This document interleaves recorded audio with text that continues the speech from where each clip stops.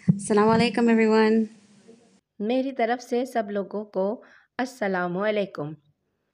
سچی بات یہ ہے کہ میں آج یہاں پر جو ایک مسلمان کے بطور موجود ہوں، یہ اللہ کی رحمت اور فضل کے بغیر ممکن نہیں تھا۔ بے شک اسلام صرف ایک مذہب نہیں ہے، اسلام ایک انویٹیشن ہے۔ یہ آپ کو حق کی طرف، سیدھے راستے کی طرف اور اللہ سبحانہ و تعالیٰ کی طرف انوائٹ کرتا ہے۔ اب یہ ہم پر منحصر ہے کہ ہم اس دعوت کو، اس انویٹیشن کو کتنا سنتے ہیں اور اس پر کتنا عمل درآمد کرتے ہیں۔ تو میں آپ کو بتاتی ہوں کہ میں نے کیوں اور کیسے اسلام قبول کیا۔ میرا تعلق ایک لاطینی فیملی سے ہے۔ میری والدہ کا تعلق گوئٹے مالا سے تھا، جبکہ والد پورٹو ریکو سے تھے۔ ہم 2 بہنیں اور 6 بھائیوں پر مشتمل ایک بڑی فیملی ہے اور ہم سب مذہب کے اعتبار سے عیسائی تھے۔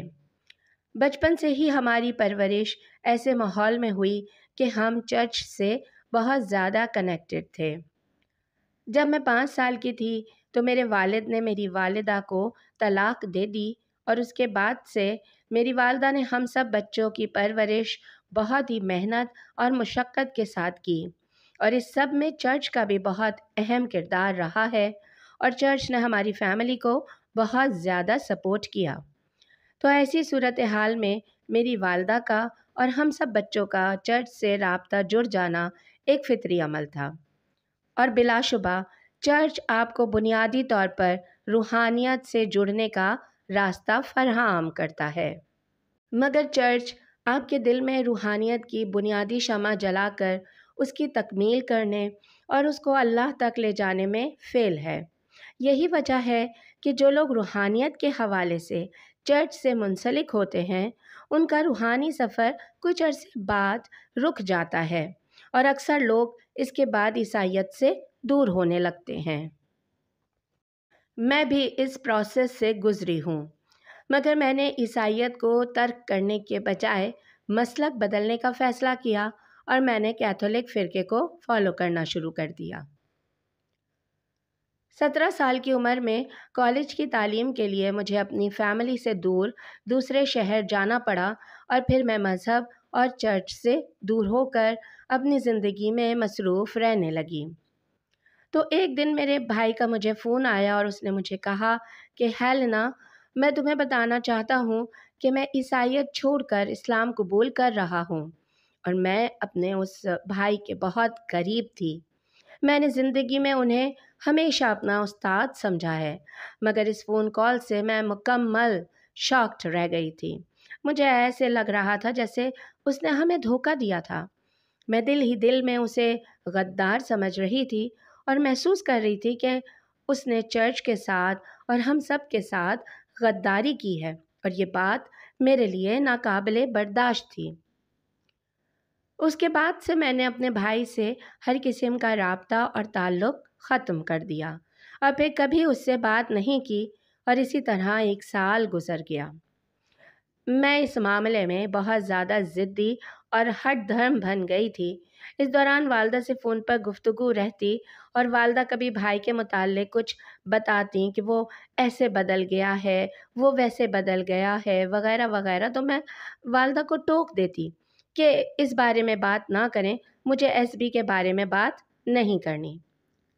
دراصل ایس بی میرے بڑے بھائی کے نام کی شارٹ فارم تھی، اور ہم گھر میں اسے اسی نام سے بلاتے تھے۔ ایک دن والدہ نے مجھے بتایا کہ ایس بی عمرہ کرنے کے لیے کعبہ جا رہا ہے، تو میں حیران ہوئی کہ یہ کعبہ کیا ہے، اور ایسی کون سی عبادت ہے جس کے لیے آپ کو اپنا ملک چھوڑ کر دوسرے ملک جانا پڑتا ہے۔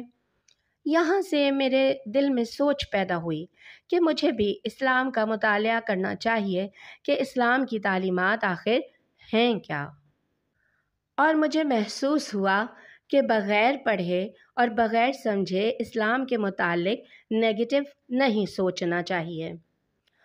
اور آپ سب اندازہ لگائیں کہ یہ سب کچھ آج سے 25 سال پرانی بات ہے۔ اس وقت اور آج کے وقت میں 2 بنیادی فرق ہیں۔ پہلا فرق یہ کہ 9/11 سے پہلے یہاں کے معاشرے میں اسلام کے خلاف اتنی زیادہ نیگیٹیوٹی نہیں پائی جاتی تھی، اور دوسری بات یہ کہ اس زمانے میں انٹرنیٹ کا ایکسس اتنا زیادہ نہیں تھا، اس لیے بھی اس طرح کی تحقیقی معلومات کے لیے آپ کو بہت زیادہ بکس اور لائبریری کا سہارا لینا پڑتا تھا۔ پھر میں نے اسلام کے متعلق کتب پڑھنا شروع کر دیں اور اسلام کے بنیادی عقائد اور تعلیمات کو سمجھنا شروع کر دیا۔ اس میں ایک کتاب تھی جس کے مصنف کا نام یحییٰ احمر تھا، اور اس کتاب نے میرے دل کو چھو لیا۔ اس کتاب میں جدید سائنس اور قرآن کو جوڑا گیا تھا اور بتایا گیا تھا کہ کیسے اللہ تبارک و تعالیٰ نے 1400 سال پہلے کائنات کے ایسے بہت سارے راز کھول دیے تھے جن رازوں تک پہنچنے میں سائنس کو اتنے سالوں بعد رستہ ملا۔ اور اس کتاب کے مطالعے کے بعد جب مجھے اسلام کی سچائی سمجھ آ گئی تو میں اکثر روتی رہتی تھی اور کہتی تھی کہ اوہ میرے خدا، میں کتنی بد نصیب تھی کہ سچ کے راستے سے آج تک دور تھی۔ پھر میں نے اسلام کا مطالعہ زیادہ شدت سے شروع کر دیا اور اب میں دل سے اسلام کو سچ سمجھ کر پڑھ رہی تھی۔ یہاں اسلام میں اور چرچ کی تعلیمات میں ایک بنیادی فرق تھا جو مجھے سمجھ آیا، وہ یہ کہ چرچ آپ کے دل میں اللہ کی محبت اور روحانیت کی طلب پیدا کر کے آپ کو چھوڑ دیتا ہے۔ چرچ آپ کو اللہ سے کنیکٹ کرنے میں فیل ہے۔ چرچ کی ساری تعلیمات چرچ اور پادری کے گرد گھومتی ہیں، یعنی آپ اپنے روحانی مسائل پادری کو بتائیں، پادری حل کرے گا۔ آپ اپنے گناہوں کا اعتراف پادری کے سامنے کریں، پادری آپ کے گناہ معاف کرے گا۔ آپ عبادت کے لیے چرچ جائیں اور وہاں جو دعائیہ کلمات پادری پڑھے اس کے پیچھے پیچھے پڑھیں، اور بس یہی عبادت ہے۔ مگر اسلام آپ کا تعلق ڈائریکٹ اللہ سے جوڑتا ہے۔ اسلام میں اللہ تعالیٰ کی عبادت کے لیے کسی فرد یا جگہ کی قید نہیں، بلکہ آپ کسی بھی جگہ عبادت کر سکتے ہیں اور اپنے رکوع اور سجود میں اللہ سے ڈائریکٹ جڑ سکتے ہیں۔ اور یہ وہ چیز تھی جس نے واقعی مجھے اندر سے جھنجھوڑ کر رکھ دیا، اور مجھے لگا کہ یہی اللہ سے جڑنے کا بہترین راستہ ہے۔ یعنی اگر میں اپنی بات کو ایک جملے میں مکمل کروں تو چرچ آپ کو اللہ سے نہیں پادری سے جوڑتا ہے، جبکہ اسلام آپ کو ڈائریکٹ اللہ سے جوڑتا ہے۔ میں اس وقت صرف 18 سال کی تھی جب میں نے فیصلہ کیا کہ مجھے شہادت کے کلمات پڑھ کر اسلام قبول کر لینا چاہیے، اور ایمانداری کی بات یہ ہے کہ وہ میری زندگی کا سب سے عظیم دن تھا۔ اور آج میں اگر 25 سال پیچھے مڑ کر دیکھتی ہوں تو محسوس کرتی ہوں کہ میں نے ہر دن روحانی اعتبار سے ترقی کی ہے، اور میں دن بدن اللہ سبحانہ و تعالیٰ کے قریب ہوئی ہوں، اور میری زندگی کا حاصل اور میری زندگی کا اصل سفر اسلام قبول کرنے کے بعد شروع ہوا۔ اور میرے اسلام قبول کرنے کے 3 مہینے بعد رمضان آ گیا۔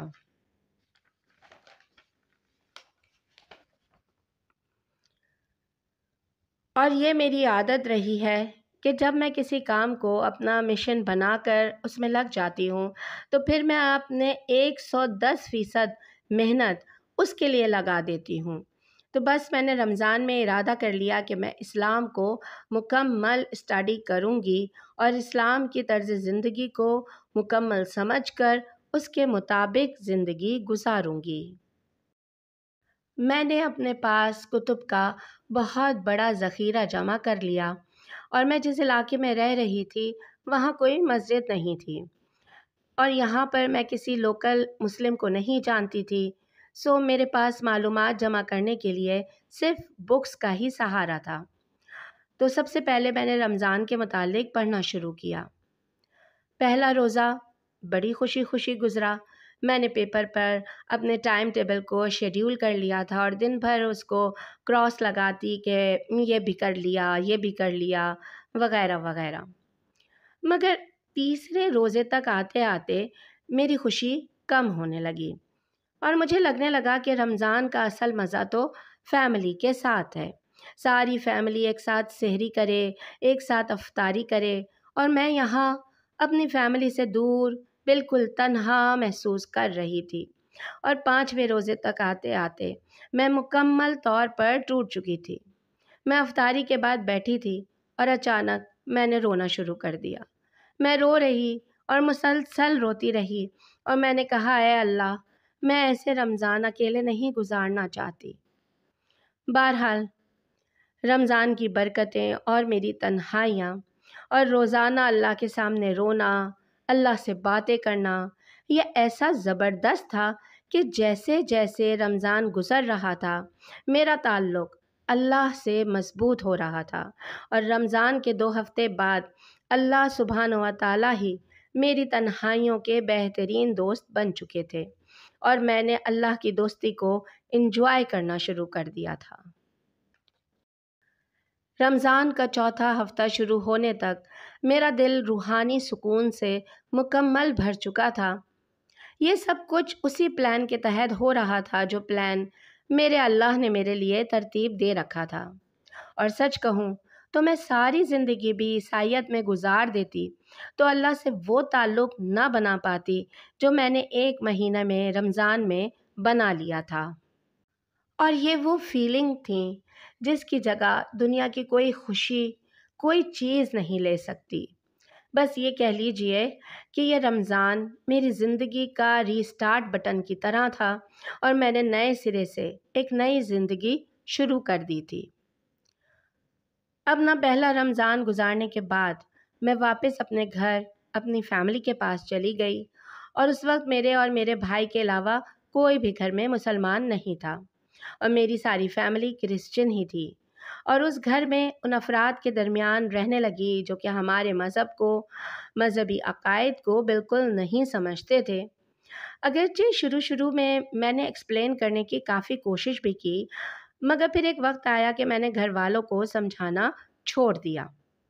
وقت گزرنے کے ساتھ ساتھ مجھے سمجھ میں آیا کہ مجھے زبان کے بجائے ان کو اپنے عمل سے اسلام کی طرف دعوت دینی چاہیے، اور یہی وہ طریقہ تھا جس سے بڑے بھائی نے مجھے دعوت دی تھی، اور اس نے اپنے عمل سے مجھے اسلام کی طرف موڑا تھا۔ آپ یاد رکھیے، اگر آپ ایسے لوگوں کے درمیان رہ رہے ہیں جو کہ غیر مسلم ہیں، تو وہ آپ کو آپ کے عمل سے جج کرتے ہیں، اور وہ آپ کی چھوٹی سی غلطی کے منتظر رہتے ہیں کہ آپ پر انگلی اٹھا سکیں کہ دیکھو یہ مسلمان ہے اور یہ کام غلط کر رہا ہے، دراصل اسلام سکھاتا ہی برائی ہے، وغیرہ وغیرہ۔ اور کسی غیر مسلم کو دعوت دینے کے لیے عمل کے ساتھ ساتھ ایک چیز کی اور بھی ضرورت ہوتی ہے، اور وہ ہے دعا۔ ان کے لیے دعا ضرور کریں۔ میرا بڑا بھائی جس نے اسلام قبول کر لیا تھا وہ الگ رہ رہا تھا، مگر میں رمضان کے بعد سے اپنی فیملی کے ساتھ رہ رہی تھی۔ پھر اسی طرح 6 مہینے گزر گئے، اور 6 ماہ بعد میری والدہ ایک دن میرے پاس آئیں اور کہنے لگیں، ہیلینا، میں اسلام قبول کرنا چاہتی ہوں۔ بس انہوں نے اتنا کہا، اور پھر وہ پھوٹ پھوٹ کر رونے لگیں، اور پھر تھوڑی دیر بعد انہوں نے کہا، تم مسلمان لوگ بہت اچھے لوگ ہو، مجھے بھی تمہاری طرح بننا ہے۔ جب میری والدہ نے اسلام قبول کیا تو پھر 2 مہینے بعد میری بہن نے بھی اسلام قبول کر لیا۔ اس کے کچھ عرصے بعد میرے 2 بھائیوں نے اسلام قبول کر لیا، اور آج 25 سال بعد الحمدللہ ہماری ساری فیملی مسلمان ہے۔ اور یہاں میں اپنی بات ختم کرنے سے پہلے ایک چیز اور بتانا چاہوں گی کہ میرا بڑا بھائی جب عمرے پر گیا تھا تو اس نے 2 دعائیں مانگی تھیں۔ پہلی یہ کہ میری والدہ اور سارے بہن بھائیوں کو مسلمان کر دے، اور دوسری یہ کہ میری بیوی اور بچوں کو مسلمان کر دے۔ مگر ہوا یوں کہ اس کی بیوی نے اس کے اسلام قبول کرنے کے بعد طلاق لے لی، اور وہ بچے لے کر الگ ہو گئی۔ پھر 5 سال بعد ہمیں اطلاع ملی کہ اس نے کسی فلسطینی مسلمان سے شادی کر لی ہے، اور وہ خود بھی مسلمان ہو چکی ہے، اور میرے بھائی کے دونوں بیٹے جو کہ اپنی ماں کے ساتھ ہی تھے، انہوں نے بھی اسلام قبول کر لیا ہے۔ اس طرح میرے بھائی کی دونوں دعائیں قبول ہو گئیں۔ اس کے ساتھ ہی مجھے اجازت دیجیے۔ السلام علیکم ورحمۃ اللہ وبرکاتہ۔